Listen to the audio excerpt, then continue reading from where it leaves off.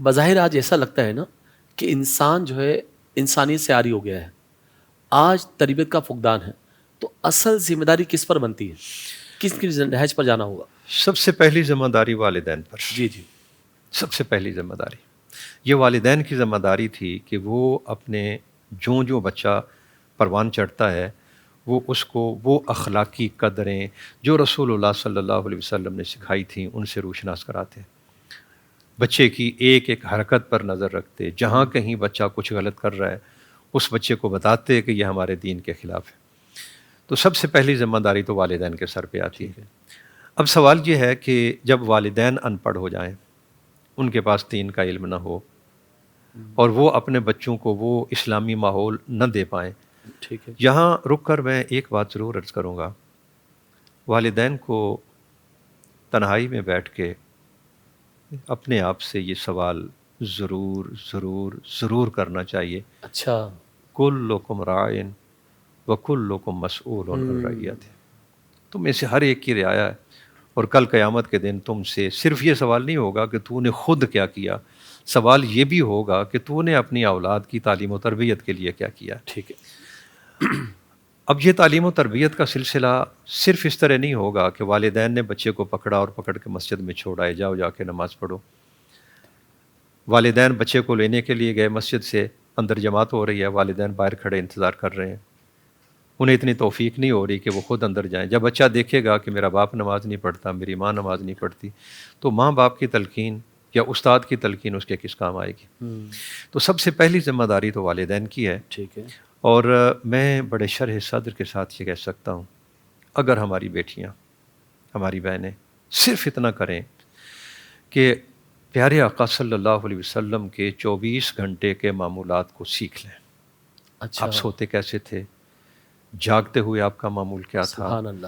کھانا کھانے کا انداز کیا تھا، پانی پینے کا انداز کیا تھا، سواری پہ سوار ہونے کا طریقہ کیا تھا، سواری سے اترنے کا طریقہ کیا تھا. یعنی 24 گھنٹوں کے جو معمولات تھے ہمارے پیارے آقا صلی اللہ علیہ وسلم کے، وہ سیکھ لیں. چھوٹا بچہ جب تھوڑا سا ہوش سنبھالنے لگے، وہ بستر پہ لیٹے، تو ماں بچے کو بتائے، بیٹے ہمارے پیارے آقا صلی اللہ علیہ وسلم کا سونے کا طریقہ یہ ہے، ہمارے پیارے آقا صلی اللہ علیہ وسلم کے کھانے کا طریقہ یہ ہے. چھوٹے بچے کے ذہن میں جب ماں بار بار یہ الفاظ ڈالے گی نا، ہمارے پیارے آقا، ہمارے پیارے آقا، ہمارے پیارے آقا، میرے پیارے نبی صلی اللہ تو علیہ میرا وسلم. خیال ہے کہ اس بچے کے ایمان کو بچانے کے لیے حب اتنی باتیں رسول. کافی ہے. واہ واہ واہ. یعنی آقا علیہ الصلوۃ والسلام کی محبت کا جذبہ، یہ جو ہم کرتے ہیں نا، نعت خوانی کرتے ہیں، میلاد کے پروگرام کرتے ہیں، بلا شبہ اس کا کم از کم فائدہ یہ ہے، کم از کم فائدہ یہ ہے کہ ہمارا ایک ایک بچہ رسول اللہ صلی اللہ علیہ وسلم کی محبت کے جذبات اپنے اندر محسوس کرتا ہے.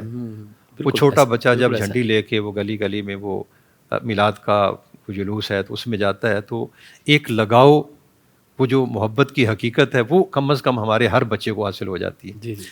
لیکن اس میں جو نکھار ہے یا اس میں جو سچائی ہے وہ پیدا ہوگی اس وقت جب ہمارا طرز عمل آقا علیہ الصلوۃ والسلام کے طریقے کے مطابق ہوگا. تو اس کو طریقے کے مطابق کرنے کے لیے ہمیں عملی طور پر رسول اللہ صلی اللہ علیہ وسلم کی تعلیمات کو دیکھنا ہوگا، سیکھنا ہوگا. تو پہلی ذمہ داری تو تھی والدین پر. وہ اگر اس ذمہ داری کو پورا نہیں کر رہے تو پھر اگلی ذمہ داری پڑتی ہے اساتذہ پر. ٹھیک ہے. ہماری جو مساجد کی خطباء ہیں، مساجد کے ائمہ ہیں، ان پر. ٹھیک ہے.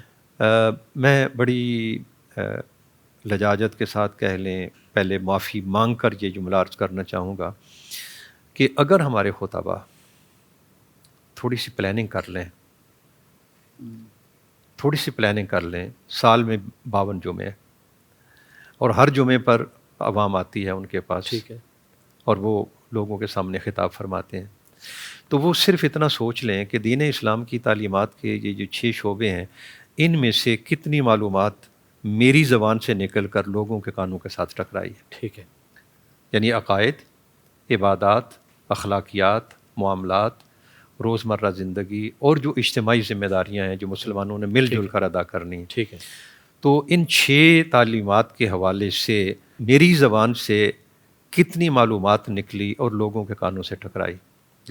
اگر ہمارے خطباء صرف اتنی بات پر توجہ کر لیں تو میں سمجھتا ہوں کہ یہ جو جہالت یعنی لوگ سمجھتے ہیں کہ علم بہت زیادہ ہے اس دور میں، لیکن سچی بات یہ ہے کہ یہ علم نہیں. شیخ سعدی علیہ رحمت نے بڑی خوب بات کہی. وہ فرماتے ہیں کہ علم کہ راہ حق نہ نمایت جہالت است.